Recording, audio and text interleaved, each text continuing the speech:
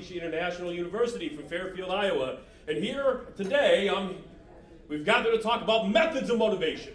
So today's panel, I'm going to throw a lot of information at you. And it's okay if you don't get everything. In fact, I don't expect you to. What I want you to get today is a general understanding of how motivation works and some of the commonalities between the motivational theories that are out there. That way we can come up with actionable things that we can present our students or give our students to go ahead and motivate them. At the end of this setting the stage and presenting this information to you guys, we're going to go through a couple of different activities, and I'm going to invite some of you to share some of your stories and experience with the rest of us so that we can benefit from the collective knowledge of the community. To kick things off, I would like to share a short story with you, and this comes from a book called Motivation and Therapy. And what they found is that students that go, or patients that go to therapy, are often high in hopelessness and low in motivation. And it's these clients that are the hardest to motivate, and that's something very important to keep in mind. That things in motivation stay in motivation, and when motivation has been extinguished, it is near impossible, not impossible, but very difficult to reignite. What they found when they were going through these studies with clients in motivation and clients in therapy is that those who were successful in therapy tend to be those who persisted in the program, who were there every day, who showed up regularly to every scheduled appointment, and those who were engaged in the activities that was set before them. So part of motivation and motivating our students is going to be persistence and engagement. Now, there are two types of motivation, and if you've heard anything about motivation, studied at all, you might be familiar with this. We have intrinsic motivation, which is motivation that makes us feel good, motivation that makes us feel successful, complete. It's something that comes from inside. And we have extrinsic motivation, what are outside motivators that propel us to do things, such as a paycheck or recognition from our peers. Motivation can be measured in two different ways, typically in intensity, the strength of our motivation, and persistence, the length of duration that our motivation remains. I'd like to introduce you to what I call the campfire model of motivation. This comes from a book called Mindset of a Winning Team, The Invisible Game. And it's a three-part process of motivation. At the beginning of it, you have what we call our starters. These are our preconditions, our values, and our past experiences. With anything that we want to do, anything that we have done before, we have past experiences that shape our opinion on it. If we are learning how to ride a bike and our experience has been that we have fallen off the bike and it hurts, we're not going to be very motivated to get back on there. However, if we found that it was very easy, it was something that was seamless, there was no challenge to us at all, we might not be so afraid. And so the motivation to get onto that bike might be the excitement about wherever it is that we are going to. The second stage of this model is going to be the fire, the intensity of our motivation, how strongly we feel about it. There are some things that we're very excited about, and there are some things that we're not so passionate about. And so when we have to make a decision between two different activities, we tend to gravitate towards that of which we are passionate about.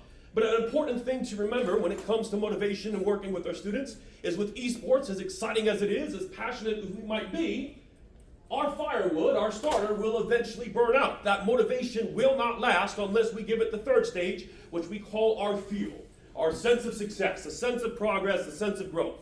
If we continue to fan that flame and provide that fuel, our fire can grow. And not only can it grow, but it can persist and it can last. It's hard for me to talk about motivation without mentioning my personal mentor and my inspiration, Les Brown. He's one of the world's greatest motivational speakers. And he speaks about motivation as if it was a hunger. He says you have to be hungry. And he talks about motivation as a hunger because it's something that can be satiated but never satisfied.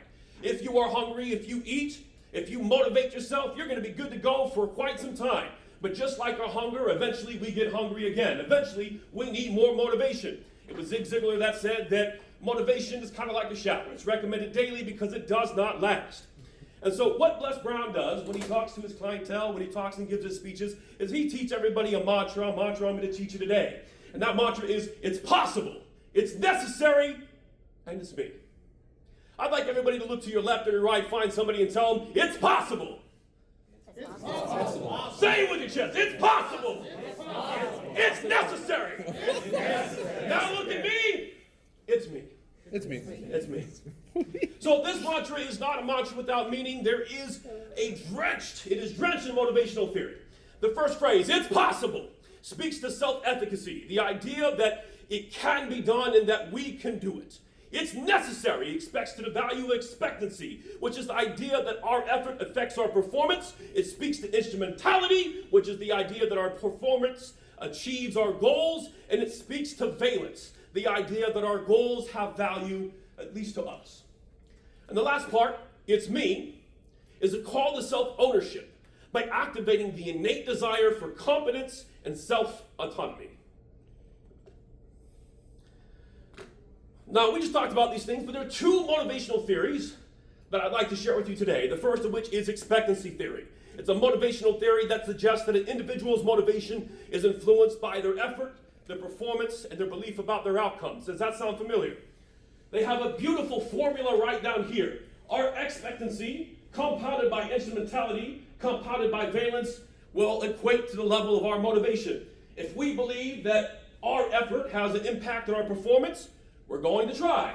If we believe that our performance is going to help us get close to our goals, we're going to try. And if we believe that the goals that we are pursuing have meaning to us, we are going to be motivated. We are going to try. But if you miss any of these things, your motivation will suffer. Have any of you guys tried to multiply by 0? What happens? You get 0. So if you don't believe that you can make an impact, that your effort matters, why bother? If you don't believe that performing or achieving your goals or your performance on the team is going to help you get to those goals, why bother? And at the end, our valence, if you don't believe those goals are meaningful, if you don't care about them in any capacity, why bother? The next theory is going to be the theory of self-determination. And this is a theory of motivation that focuses on the importance of intrinsic motivators such as competence, being seen as good at something, capable of something, not just in ourselves, but from our peers. Autonomy, to be in the driver's seat of life and feel like we have some control over the decisions that we can make. And relatedness, having a community that we can bond with, that shares value with us, that we belong. It's not enough to be the self, we have to be part of a community. It is an intrinsic desire to belong somewhere. At this point, we have a pretty good idea of what motivation is, how it works, and why it matters. We've established that motivation comes in two types, intrinsic and extrinsic, which describe the innate desires and anticipation of rewards or punishments. Motivation is something that is constantly needing to be fed and fueled unless it will be extinguished, and we have learned that extinguished motivation, extinguished dreams, dreams that have starved out, where our hunger has not been satiated, they die.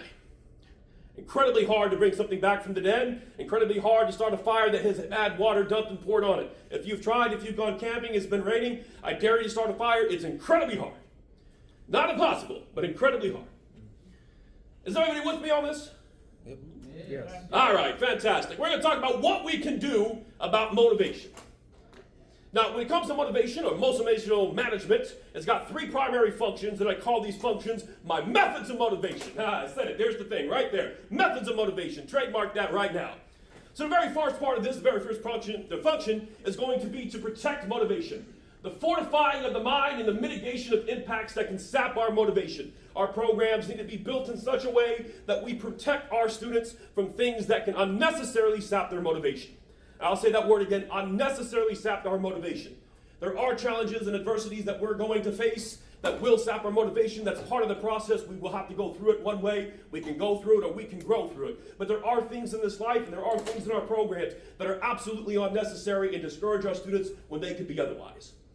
The next part is to cultivate motivation, to actively inspire students to action by increasing their perceptions of self-efficacy, that we can do it, that it's possible. Our expectancy, that our efforts will, not our efforts, but that our performance will impact our reward, and our instrumentality, I got that backwards. That our efforts will increase our performance, and our performance will help us get to our goals. That's to cultivate motivation. And the last part is to maintain motivation, which is to continually feed your students' motivation by marking measures of success or growth. I'm going to need this a lot today.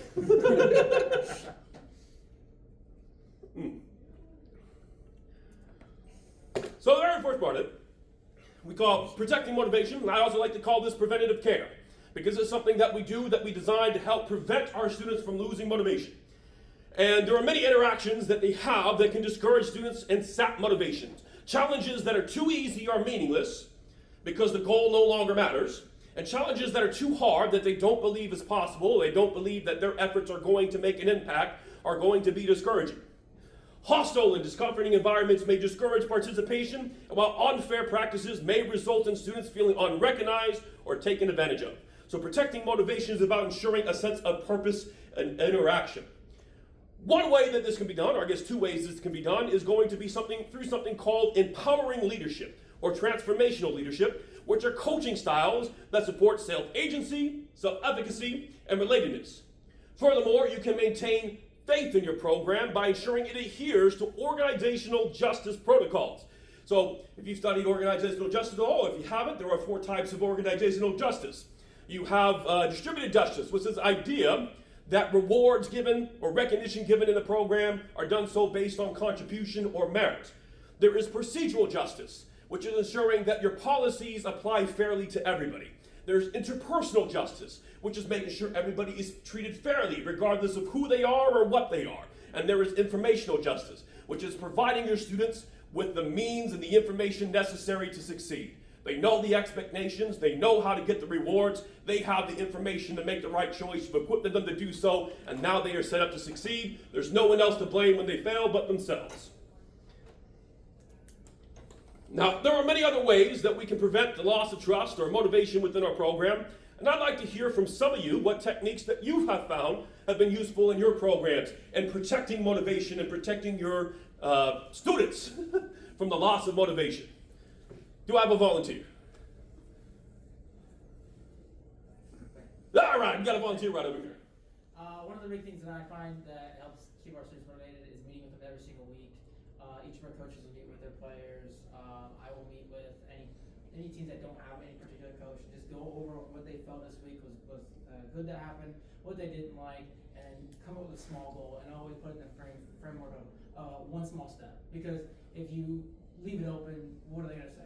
Everyone like, I'm going to get to GM from whatever diamond this week. This week, that's pretty awesome. You should probably not be doing this and be selling some videos or something doing that, right? But I think that's one of the biggest things is just to teach them that not everything has to be this massive thing that you have to do right now. It's just, all right, this week I'm just going to focus on communicating when I get upset when my hobby is just being toxic. Phenomenal example. Everyone give him a round of applause. So in his example, he talked about regular engagement, meeting with the students and setting actionable plans, things that they can do, giving them a sense of self-efficacy and self-agency. Any other recommendations? Anyone else would like to share their story? All right, we got one more volunteer. Help the students find ownership in the program. So like at the very beginning, so ours is new, I told all of the students I've never done this before. I'm like, I know gaming, I've never made a program. And I'm trying to set it up long term, and the way we can do that is by creating good culture, which will not happen overnight, and I need your help. Yeah. Phenomenal example. Don't mind me getting some water, or I'm getting a little bit thirsty here about Coach Sparks, but that is a fantastic example. So bringing self-ownership, helping them identify the success of the program as the success of their own. Thank you for sharing. We're going to move on, and I'm going to share with you guys the story about the bamboo tree. Has anybody ever heard about this story before, the story about the bamboo tree? Show of hands. All right, a few of you guys have heard it, most of you have not. So if you have not heard about the story of the bamboo tree, a bamboo tree takes 5 years to grow, and you need to water and fertilize it every single day. And if you skip a day, if you do not water it, if you do not fertilize it, it will die. And our students are very similar to bamboo trees. The sense of success that they have, the perception of the success they have with their long-term goals and careers are not always evident. But like the bamboo tree, at the end of the 5th year, it grows explosively. A bamboo tree, on its 5th year, after barely breaking the ground and not having grown at all, can grow up to 90 feet tall within 5 weeks. And so for a lot of our students, the things that we must remind them, why we maintain and protect against motivation, is the things that we do today influence the things that we can do tomorrow. And we might not always see it immediately, but the rewards will be sure to come. It was Albert Einstein that said that compound interest is the 8th wonder of the world. The things that we do today compound and build the opportunities that we see tomorrow. Just like the bamboo tree, it may take years for us to bloom, but when we finally manifest ourselves, it will be an explosive one. Oh, a little too far there. All right, we're going to move move on, I'm going to do an activity with you guys. And this is going to be about cultivating motivation, which is this idea of actively stoking the fire and building a hunger within our students. And one of the ways that we can do this will be through an activity that I call road mapping. I'm going to have to go ahead and turn this off so it stops shaking.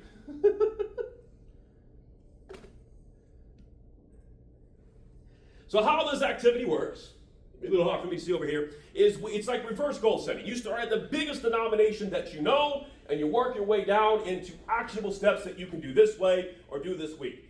Could somebody give me a recommendation, a goal, a big goal that their students typically have? Win the conference. Win the conference. All right, thanks, Jack. I appreciate that. Make it the state would be a better one, yeah. Make it the state, make it the state. I like that. All right, I'm just going to say MS to make it quick, make it the state. All right, so what's the next immediate step below that to make it the state? What do you have to do? Win your playoff game. You got to win the playoff game. So, okay, we're going to Let's put a P. P for playoff. You all understand what this means, okay? So after a playoffs, what's the next step right below that? Get the playoffs. Get the playoffs. Okay, we're going to just put a G there, forget the playoffs. How do you get the playoffs? Win games. Winning record. Winning record. How many do you typically need? 50, 51%. 60%? Yeah. All right, we'll see 60%. Yeah. That's already a lot more manageable. We can get 60%. We don't have to win all the time. We just got to get enough, right? Let's go make it. So how do you win 60% of your games? You show up to practice. You have quality practice. We call this QP because we already have a P. What does a quality practice look like? No tomfoolery. I like that. All right, no tomfoolery, NT. You show up. And what does it mean to have no tomfoolery? Phones down. Phones down, show up, actionable lesson plan. If you were over there, they had a great lecture over there to talk about lesson plans. So things that you can do, have an intentionality between your goals. But suddenly, you've got a roadmap, a very easy roadmap to follow. Well, if we just show up and do what we're told to do, or do what we planned on doing, and practice it with some type of merit, we're going to have a quality practice. And if we have enough quality practices, we're probably going to win 60% of our games. If we win 60% of our games, we're able to get the playoffs, which then when we're able to get the playoffs, we have the opportunity to win it. And when we win it, I forgot what the MF was. Make Make it state. Make it state. We get the opportunity to go to state. So the important part of this model, and why this activity is possible, is we have this goal that we all want, the big goal, the end goal, and we find a way to make it possible. But not only do we look at this and say it's possible, we now see every single step as something that is necessary. It's something that we have to do. So it's no longer just possible, it's necessary. And who's the one that makes the choice whether or not we do this? Yourself. It's me. Or in this case, our students. Yeah. All right, let me find my cursor back and get rid of that. All right. We're going to do another activity. My clicker, I just turned that off. Okay.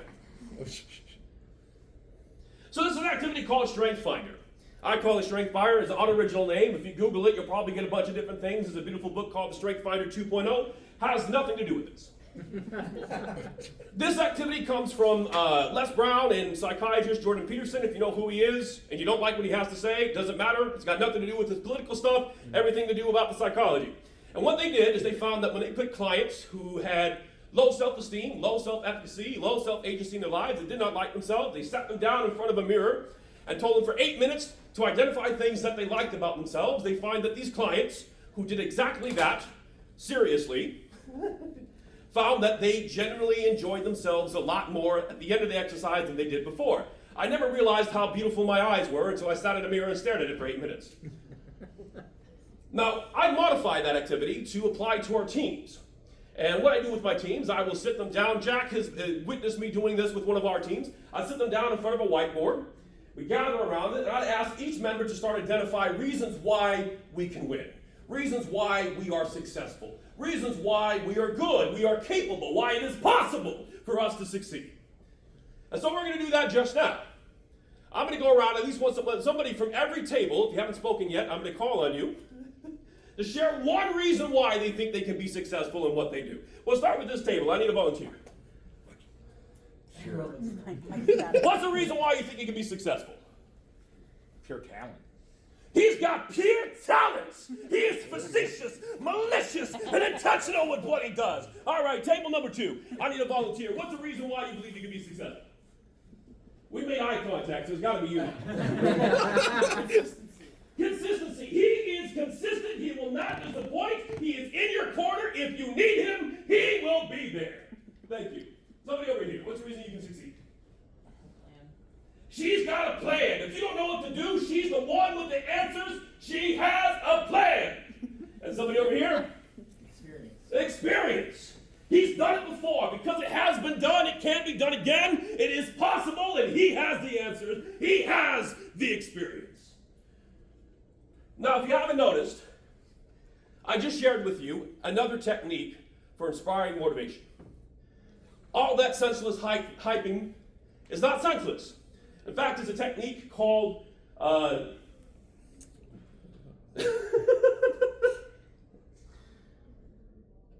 transformational speak. And I forgot it for a second. It's one of those moments when you stand up and your mind sits down and have one of those moments. Those moments happen. Don't worry about me.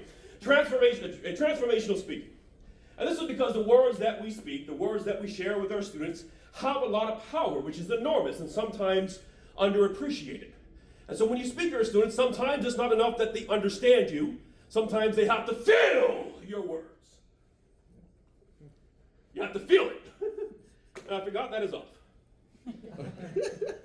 So the impact of this technique and many of the other techniques that I've shared with you and will share with you today work for a variety of reasons, but the main reason I'm going to share with you today is called the cognitive triangle. I call this the holy grail of my coaching philosophy, and I also call it the coach's best sales pitch, because this is one of the best ways to get buy-in about anything you try to teach to your students.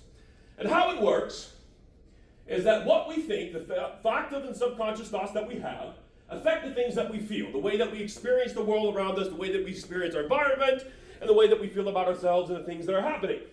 And the things that we feel, the way that we feel, influences the way that we act, our behaviors, our actions. And our actions and behaviors reinforce our beliefs. And we can use this model to interject motivation, bad motivational habits, and reinject positive motivational habits. So if we have somebody who isn't showing up for practice, they have bad behavior, they don't give it their all, they go to a game, they're going to lose. And when they lose, they're not going to feel so great about it. They're going to feel like it's pointless. And when they feel it's pointless, they're probably not going to continue to show up, or at least they're going to come in half-heartedly, which is only going to give them more losing experiences, negative experiences, which are going to continue to remind them how impossible it feels. When we recognize this, and this is what this model was used for from cognitive behavioral therapy, is that we can interject at any one of these elements. We can try to convince them to change the way that they think, give them a new model, a new idea, a new plan, a one-on-one coaching session. We might be able to use transformational speaking and other environmental changes to change the way they feel. More relevant competition, different teammates, playing at a different time of day, giving them a proper meal before they start, ensuring that they are in good condition and they feel great before they show up to practice, giving them a lighter workload if it's too hard, giving them a more challenging workload if it's too easy.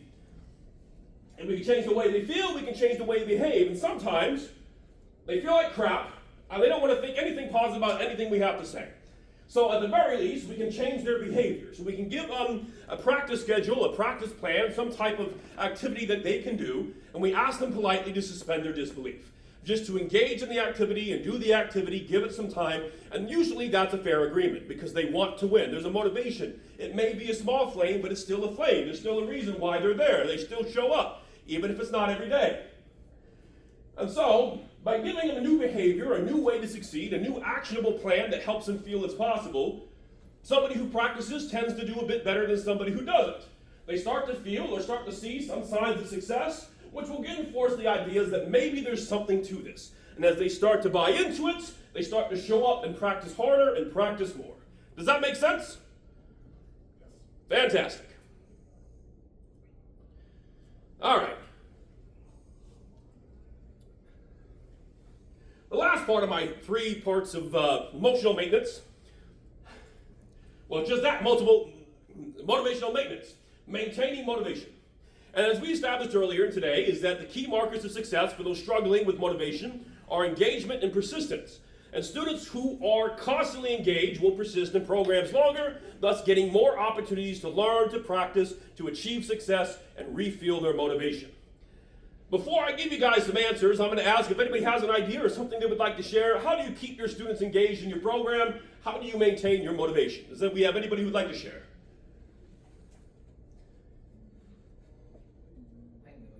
All right, I appreciate you. So, one of the things that I always liked, especially when I was coaching high school football and stuff like that, we would always have like a random day of like aerial football right before your playoffs, right? You just have them go out and play a way of football, just not traditionally, right? So the idea of having our players play against our Overwatch players against our Valorant players in Overwatch, and then our Overwatch players against our Valorant players in Valorant was one of the funniest days we've ever had in our lives, right? And so they got a lot of good memories, and so by developing moments that are interjecting moments that are going to be memorable experiences, and they want to do it again, and then you quickly pull it away because you want them to remember that, not to just create it into a habit. So having small things that they can grasp, I guess that idea keeps them engaged just a little longer.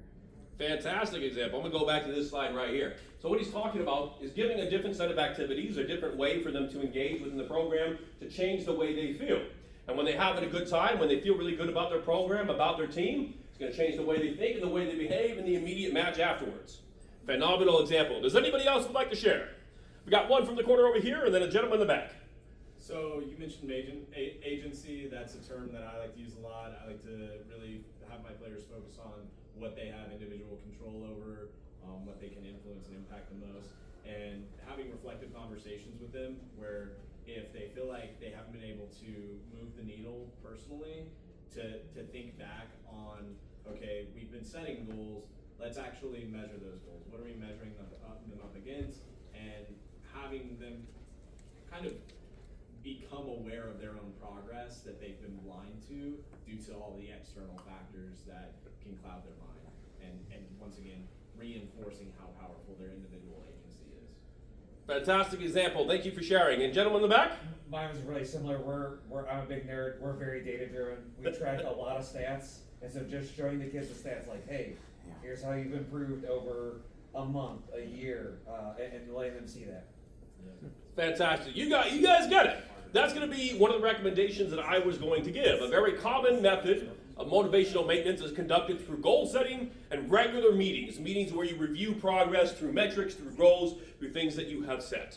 And a very popular way to do this is with SMART goals. I'm sure many of you have heard about these before, but if you've not heard about SMART goals before, they are goals that are specific, measurable, attainable, relevant, and time-based. So you have something that you can clearly define that you're going to do. You have measures or KPI to determine if you're successful in making progress. It's something that is attainable or possible for the student to achieve. It is something that is relevant, that has a sense of valence, they care about the goal. And it's something that is time-based, that you are motivated or pressed to do it because you only have so long to do it. And goals and the use of goals are supported by two different motivational theories.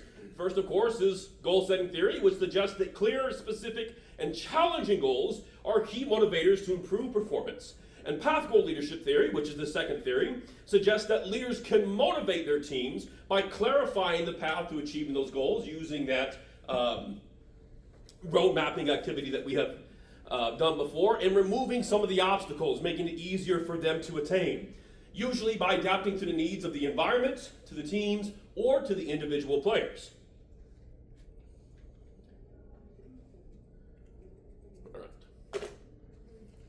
Keep forgetting about that. I'm just going to hand this off to Jack so I stop grabbing that. So as we move towards the end of this presentation, or through this panel, I want to share one last method with you. It's a very simple method that most of you already likely use. And I'd like to challenge you for a moment to consider the effectiveness in which you do it. And this technique is called positive reinforcement.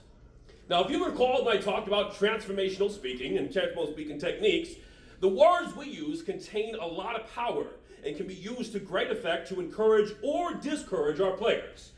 Many years ago, when I was a preschool teacher, I came across an article that radically changed the way I thought. And it came up from none other than kids television host Mr. Rogers. And Mr. Rogers is very impeccable with his word. He's very intentional about the words that he says, and he's very much against the idea of simply telling somebody, good job. And the reason for this is that when we tell somebody, good job, we're giving them extrinsic motivation. We're putting the importance on the recognition of what they have done rather than the act itself. And so one of the things that Mr. Rogers would teach his students, or teach or speak to the students that were on his TV show, was that he made sure to intentionally compliment the action that they were doing. So if this was League of Legends, I would say the way that you played Viego out there was absolutely phenomenal. I see that you are a great leader. You helped keep the team together. And the reason why we compliment and reinforce these things is because we want them to find the value in the action itself, to feel rewarded by the process and not by the end result.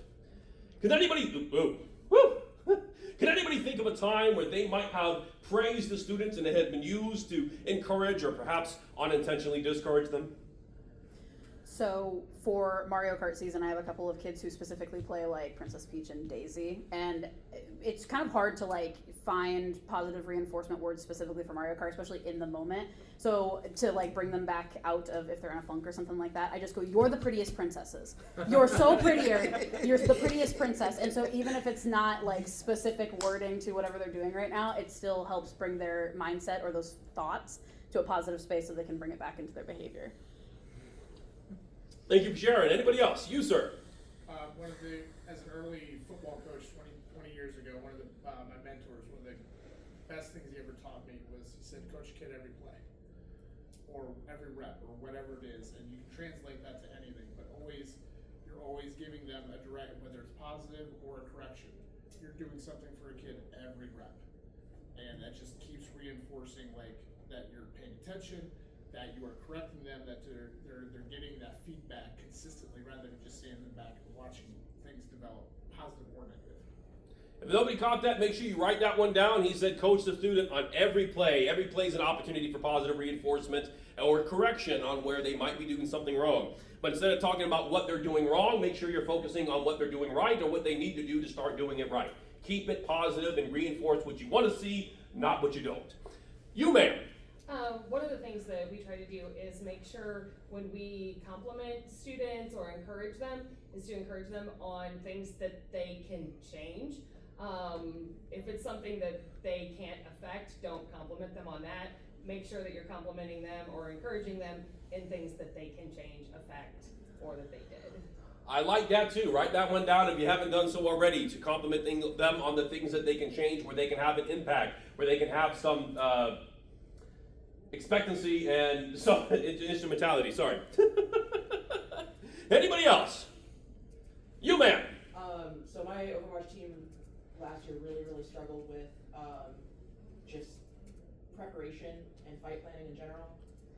One of my girls stepped up and started getting to the point where she was actually predicting how the fight would go out before it happened. And the first time she did that, it was, we gave her the whole team gave her a lot of positive reinforcement and praise. And that kind of encouraged the rest of the team to start trying to do that as well. Phenomenal. So the other students recognized that praise and recognition was given to a specific action, to a specific trait that we wanted to see, and they started replicating that behavior. Thank you so much for sharing.